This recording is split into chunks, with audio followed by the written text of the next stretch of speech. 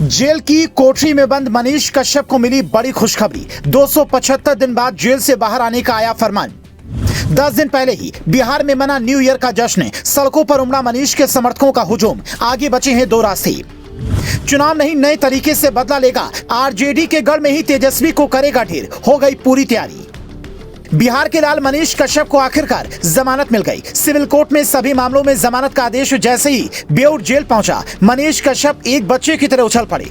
चिल्ला कर ये कहने लगे कि मैं अब सभी माओ के आंसू पोंछूंगा। मनीष के सामने बार बार अपनी मां का चेहरा दिखाई दे रहा था। उन्हें वो वक्त याद आ रहा था जब मां रोते हुए बार बार कहती थी, तुम्हें बाहर लाने के लिए मैं सब कुछ बेच दूंगी पर बाहर लाकर रहूंगी। मनीष को वो दौर याद आ रहा था जब 18 मार्च को सरेंडर किया और 23 मार्च को तमिलनाडु पुलिस लेकर चेन्नई चली गई, जहां सबसे बुरा बर्ताव हुआ। बिहार आने पर भी कैसे परायों जैसा व्यवहार किया गया, ये मनीष को खल रहा था। लेकिन इसी के साथ खुशी इस बात की थी कि अब जेल से आजाद होने का मौका मिल गया।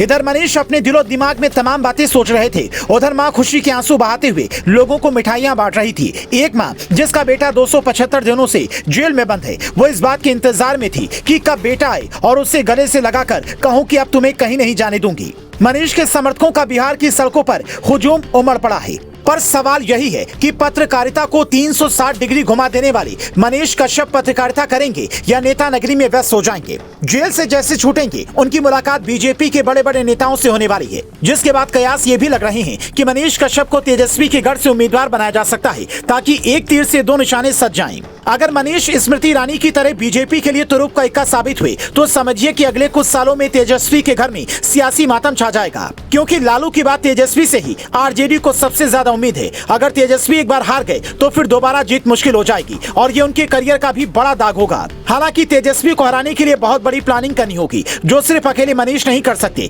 बल्कि इसके लिए पूरी पार्टी को काम करना होगा। क्योंकि मनीष के समर्थकों में तेजस्वी के खिलाफ एक अलग तरह का गुस्सा है। वो मानते हैं कि मनीष को जेल भेजने से लेकर तमिलनाडु में नरक जैसी जिंदगी जीने को मजबूर करने तक में तेजस्वी का बड़ा हाथ रहा है। इतने दिनों तक जमानत न मिलने के पीछे भी कई लोग तेजस्वी को ही जिम्मेदार मानते हैं। इसीलिए मनीष के समर्थक यही चाहेंगे कि वो तेजस्वी के खिलाफ चुनाव लड़े। हालांकि अभी इसमें वक्त है। फिलहाल सवाल ये है कि पत्रकारिता को 360 डिग्री घुमा देने वाले मनीष कश्यप क्या अगले ही दिन माइक कैमरा लेकर फिर से सड़कों पर निकल पड़ेंगे। अगर कोर्ट ने शर्तों के साथ जमानत दी होगी तो फिर ऐसा करना मुश्किल हो सकता है, लेकिन अगर कोई शर्त नहीं हुई तो फिर मनीष की दहाड़ फिर से सुनाई देगी। सड़क से लेकर नाली तक की लोगों की समस्या के लिए सरकार से लड़ता हुआ ये युवा पत्रकार आपको फिर से आपके मोबाइल फोन के वीडियोस में दिखाई देगा। यूट्यूब से लेकर फेसबुक तक 2024 के चुनाव से पहले धूम मचाएगा। हालांकि बीजेपी की प्लानिंग ये भी हो सकती है कि मनीष को सीधा टिकट देने की बजाय पत्रकार के रूप में बिहार सरकार की पोल खोलने के लिए कहा जाए, क्योंकि मनीष को पहले से ही इस काम में महारत हासिल है। इसमें डबल फायदा मिलेगा। पहला, मौजूदा सरकार की पोल पट्टी खुलेगी तो जनता की आंख खुलेगी। दूसरा, सरकार के खिलाफ जनता की उठी भावनाओं को वोट बैंक के रूप में तब्दील करने में मदद मिलेगी। बतौर समर्थक आप मनीष कश्यप को क्या सलाह देना चाहेंगे? जेल से बाहर आने के बाद क्या मनीष को सीधा राजनीति ज्वाइन कर लेनी चाहिए या फिर अपने पत्रकारिता के पेशे को और धार देनी चाहिए? क्योंकि एक बार जेल जाने के बाद बड़ा से बड़ा आदमी भी डर जाता है। फौजी का बेटा मनीष अब क्या करे, ये जनता और उनके समर्थकों को भी बताना चाहिए।